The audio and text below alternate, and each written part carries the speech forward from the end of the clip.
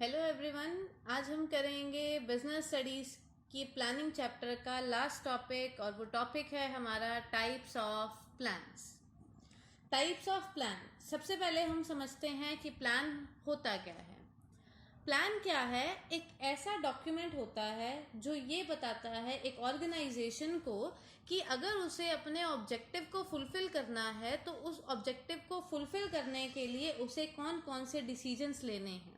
यानी कि एक ऑर्गेनाइजेशन में सपोज कोई प्रॉब्लम आती है तो या कोई ऑब्जेक्टिव है जिसे उसे फुलफिल करना है तो उसके लिए सॉल्यूशन जो ढूंढता है वो सॉल्यूशन किसकी मदद से मिलता है? प्लान की हेल्प से। यानी कि प्लान क्या है? मैनेजर को गाइडेंस प्रोवाइड करता है, किस लिए? डिसीजंस लेने के लिए, और दूसरा किस लिए?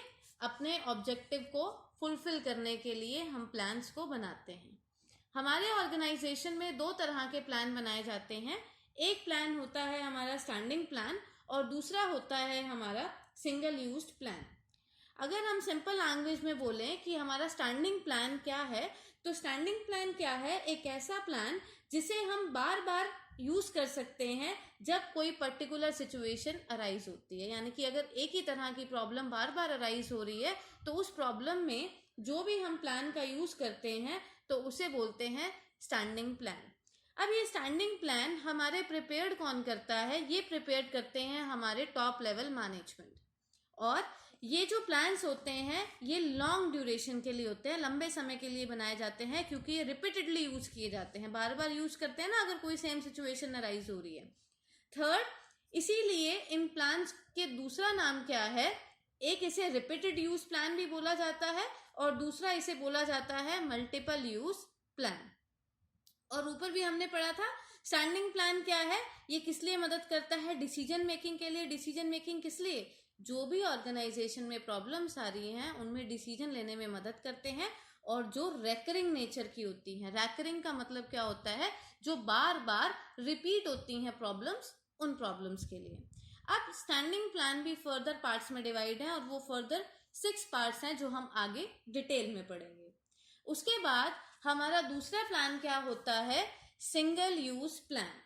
सिंगल यूज प्लान क्या होता है? एक ऐसा प्लान होता है जिस प्लान को सिर्फ एक स्पेसिफिक प्रॉब्लम के लिए ही बनाया जाता है, और जैसे ही वो स्पेसिफिक प्रॉब्लम या स्पेसिफिक ऑब्जेक्टिव हमारे ऑर्गेनाइजेशन का अचीव हो जाता है उस प्लान को वहीं पर खत्म कर दिया जाता है।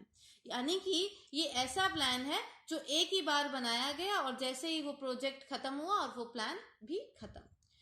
ये प्लान कौन बनाता है? ये जनरली मिडिल लेवल और हमारे ऑपरेशनल लेवल के मैनेजर्स बनाते हैं।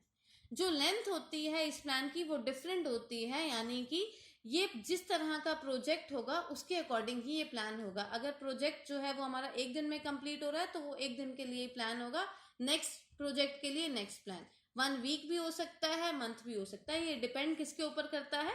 प्रोजेक्ट की लेंथ के ऊपर। थर्ड, इसे क्या बोलते हैं? इसका दूसरा नाम क्या है? स्पेसिफिक प्लान, क्योंकि ये स्पेसिफिक प्रॉब्लम के लिए ही बनाया जा रहा है। और ये किस लिए बनाए जाते हैं? जो नॉन रेकरिंग प्रॉब्लम होती है, जो प्रॉब्लम रिपीट नहीं होनी होती है, यानी कि जो प्रोजेक्ट दोबारा दोबारा रिपीट नहीं होना होता है, उनके लिए ये प्लान बनाया जाता है। और इसके फर्दर कितने पार्ट्स हैं? 2 पार्ट्स हैं। अब हम करते हैं स्टैंडिंग प्लान का हमारा फर्स्ट पार्ट, फर्स्ट टाइप, और फर्स्ट टाइप को हम क्या बोलते हैं? ऑब्जेक्टिव।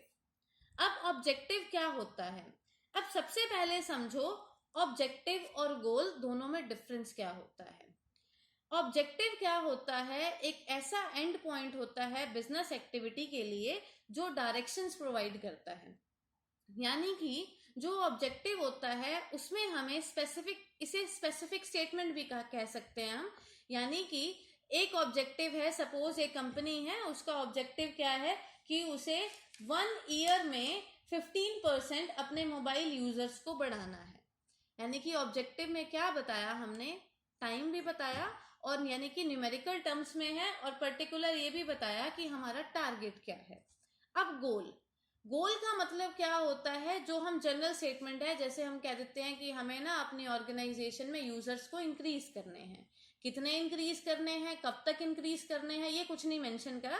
सिंपली हमने क्या बोला कि हमें ये काम करना है।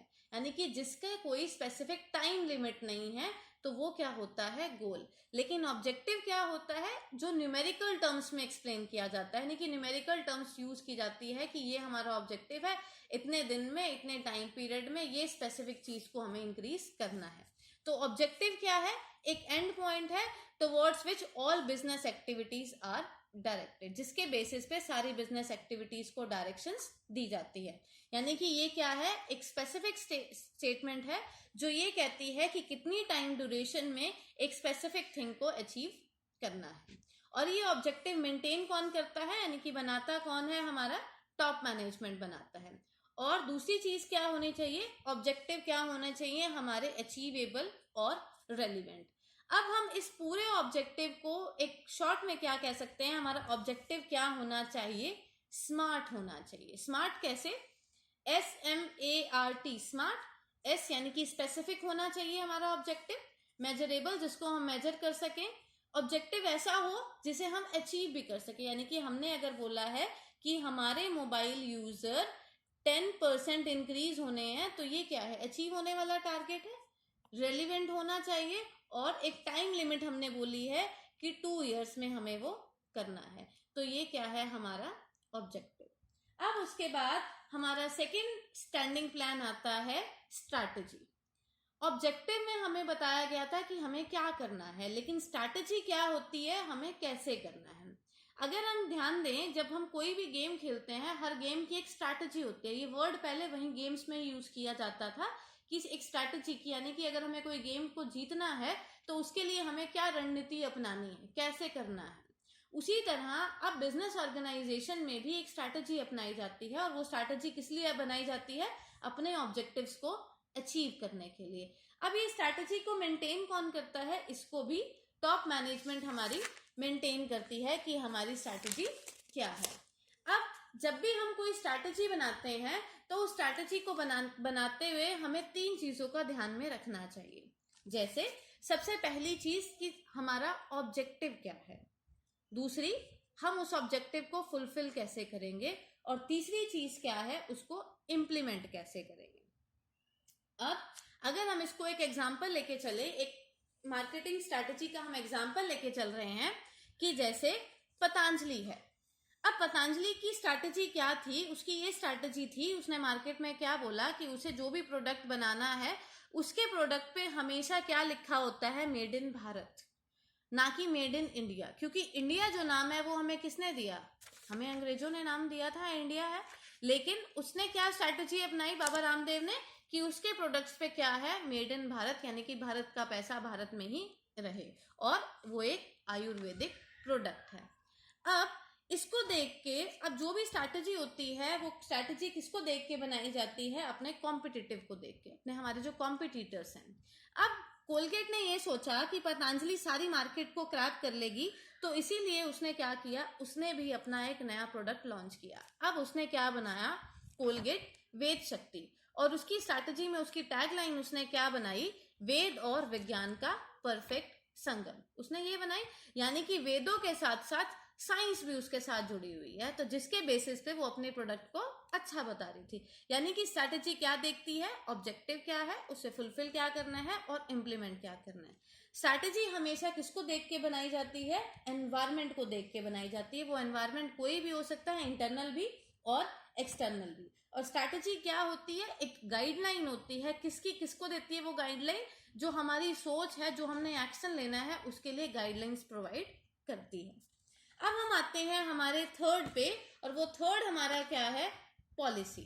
अब पॉलिसी क्या होती है, एक स्टेटमेंट होती है जो गाइड करती है अदर रिमेनिंग वर्क, जो आगे का हमारा काम है, उस काम को कैसे करना है, उसके लिए गाइड करती है। यानी कि पॉलिसी भी किससे डिराइव होती है, हमारे ऑब्जेक्टिव से, जो एक मैनेजर को पैरामीटर्स बताती है कि उस पैरामीटर्स को किस तरह से यूज करना है। अब सपोज, और ये जो पॉलिसी होती है, ये हर लेवल के लिए होती है और हर डिपार्टमेंट के लिए होती है, चाहे वो बड़ी कंपनी हो या छोटी कंपनी हो, हर कंपनी अपनी कंपनी के लिए पॉलिसी बनाती है।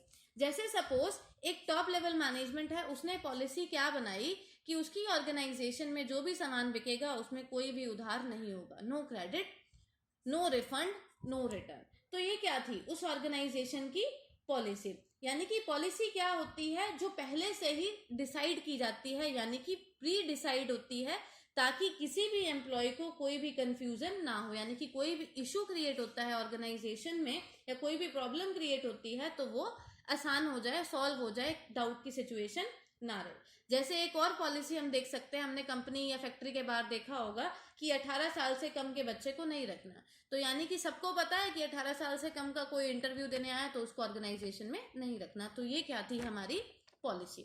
उसके बाद हमारा फोर्थ आता है प्रोसीजर। अब प्रोसीजर क्या होता है, किसी भी चीज की सीक्वेंस, यानी कि एक क्रोनोलॉजिकल सीक्वेंस किसकी, of various steps to be taken in order to perform an activity in an efficient manner. किसी भी एक्टिविटी को एफिशिएंट मैनर में करने के लिए जो भी हम स्टेप्स को फॉलो करते हैं, जो भी हम सीक्वेंस को फॉलो करते हैं, उसे क्या कहते हैं, प्रोसीजर।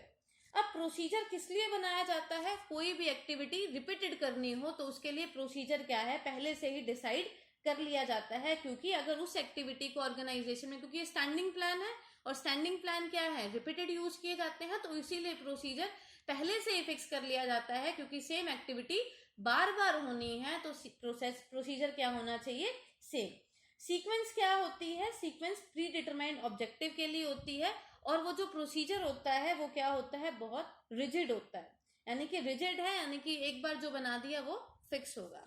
अब जैसे हम एक एग्जांपल से इसको समझते हैं, एक एंटरप्राइज है, एक ऑर्गेनाइजेशन है, उसका प्रोसीजर क्या है गुड्स को परचेज करने का। सबसे पहले वो क्या करेगी, ये सोचेगी कि उसे जो गुड्स खरीदने हैं, उस गुड्स खरीदने का पर्पस क्या है, किस लिए वो गुड्स खरीद रही है। अब उसने ये देख लिया गुड्स क्यों खरीद रही है। सेकंड, उसके लिए वो क्या करेगी, कोटेशंस भेजेगी कंपनीज में, फिर कंपेयर करेगी। अब कोटेशन भेजी तो बहुत सारी कंपनीज से कोटेशन आ रही है, अब उनमें कंपेयर करेगी। अब जो कोटेशन उसको सुटेबल होगी, उसके बजट के अकॉर्डिंग होगी, उसको वो सिलेक्ट कर लेगी और उसको ऑर्डर दे दिया उस सप्लायर को जिसने बेस्ट कोटेशन दी थी। फिर उसके बाद रिसिप्ट हुई और इंस्ट्रक्शन दे दी कि ये गुड्स चाहिए, और उसके बाद पेमेंट सप्लायर को कर दी। तो यानी कि ये क्या है, एक काम को करने का प्रोसीजर, एक स्टेप्स है। यानी कि कोई भी एक्टिविटी करनी है, उस एक्टिविटी को किस तरह से करनी है। अब आता है हमारा फिफ्थ पॉइंट, मेथड।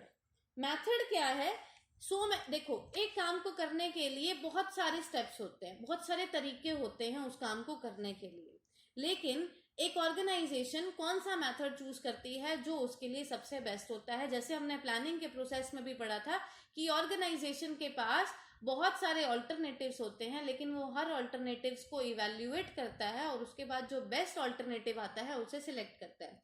उसी तरह एक काम को करने के बहुत सारे वेज होते हैं। अब जैसे स्टॉक को निकालने के बहुत सारे, अब कोई क्या होता है, फीफो का यूज करता है, कोई लीफो का यूज करता है। अब जैसे अब डेप्रिसिएशन है, कोई स्ट्रेट लाइन मेथड यूज करता है, कोई रिटर्न डाउन यूज करता है। यानी कि हर ऑर्गेनाइजेशन अपने अकॉर्डिंग जो उसे सुटेबल करता है, जो उसे सुटेबल लगता है, जो उसके लिए एफिशिएंट होता है, वो उसी मेथड को यूज करता है। और अगर हमने एक प्रॉपर मेथड को सिलेक्ट करा है तो उससे क्या होगा, टाइम सेव होगा, मनी सेव होगी और एफर्ट सेम होगा, और सबसे इंपॉर्टेंट चीज एफिशिएंसी भी क्या हो जाएगी, इंक्रीज हो जाएगी। उसके बाद हमारा आता है सिक्स्थ स्टैंडिंग प्लान। उस स्टैंडिंग प्लान का नाम क्या है, रूल्स।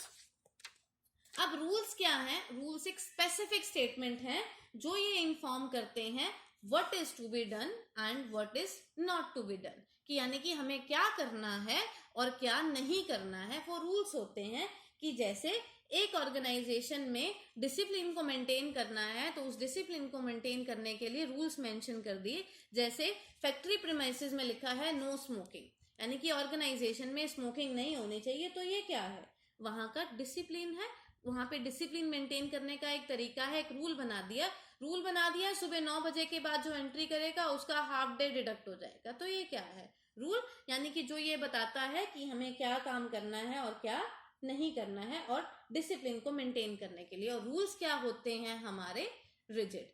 ये थे हमारे 6 टाइप स्टैंडिंग प्लान के। अब हम करते हैं सिंगल यूज प्लान के हमारे 2 टाइप, और उसमें हमारा सबसे पहला क्या आता है, बजट। अब बजट क्या होता है? बजट एक न्यूमेरिकल एस्टिमेशन होता है एक्टिविटीज को, यानी कि हम बजट क्यों बनाते हैं कि हमारी ऑर्गेनाइजेशन में जो भी एक्टिविटीज होनी है उन एक्टिविटीज को न्यूमेरिकल टर्म्स में एक बनाना, स्टेटमेंट बनाना, एस्टिमेशन बनाना कि हमारा कितना खर्चा होगा, ताकि हमने जो प्लान किया है खर्चा और जो एक्चुअल रिजल्ट आएगा उसके साथ हम इसको कंपैरिजन कर सके। अब जैसे एक ऑर्गेनाइजेशन में हर डिपार्टमेंट अपना अपना बजट बनाता है, जैसे परचेज डिपार्टमेंट अपना बजट बनाएगा, प्रोडक्शन अपना बनाएगा, सेल्स अपना बना रहा है और कैश यानी कि फाइनेंस डिपार्टमेंट अपना बना रहा है। तो ये बजट क्यों बनाए जाते हैं? एक्चुअल में जो रिजल्ट आया है उसको कंपैरिजन किसके साथ करने के लिए? प्लान के साथ। बजट क्या है? बजट से क्या हो जाता है? बजट एक कंट्रोलिंग डिवाइस है, एक यार्ड डिस्क है, एक नापने का इंस्ट्रूमेंट हम जिसे भी कह सकते हैं, यार्ड डिस्क, जिससे हम अपनी एक्चुअल परफॉर्मेंस को मेजर कर सकते हैं। दूसरा, बजट किस लिए बनाया जाता है? ताकि सब क्लियर रहे, सबको क्लियर रहे कि ऑर्गेनाइजेशन में क्या क्या एक्टिविटीज हो रही है, यानी कि ये क्या प्रोवाइड करता है? स्टैंडर्ड प्रोवाइड्स करता है एक टास्क को कंप्लीट करने के लिए। उसके बाद लास्ट हमारा क्या आता है? प्रोग्राम। अब प्रोग्राम क्या है? कॉम्बिनेशन होता है। किसका कॉम्बिनेशन होता है? ऑब्जेक्टिव का, पॉलिसी का, प्रोसीजर्स का, रूल का, टास्क का और जितने भी एलिमेंट्स हैं जो डिजाइन किस लिए किए जाते हैं? एक ऑर्गेनाइजेशन सिस्टमैटिक तरीके से काम कर सके। यानी कि प्रोग्राम किस लिए बनाया जाता है? फ्यूचर में जो भी इवेंट्स होनी है, जो भी काम होने हैं, उसके लिए प्लान किया जाता है ताकि सारी एक्टिविटीज क्या हो सके? सीक्वेंस में हो सके। तो यानी कि ये स्टेप बाय स्टेप है जो अप्रोच करती है कि एक प्री डिटरमाइंड गोल को अचीव करने के लिए कैसे करेंगे।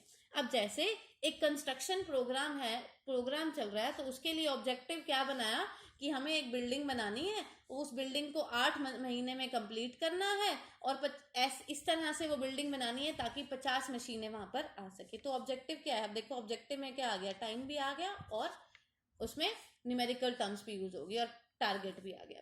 पॉलिसी क्या बनाई कि उसकी पॉलिसी क्या है कि वो 30 दिन ही लेगी पेमेंट करने के लिए। रूल क्या बनाया कि जितने भी वर्कर्स उस बिल्डिंग में काम कर रहे हैं वो स्मोकिंग नहीं करेंगे। तो यानी कि प्रोग्राम क्या है? स्टेप बाय स्टेप एक सीक्वेंस बना रहा है और सारी एक्टिविटीज को क्या कर रहा है? कंप्लीट कर रहा है, यानी कि कंबाइन कर रहा है ताकि ऑर्गेनाइजेशन सिस्टमैटिक तरीके से हो सके।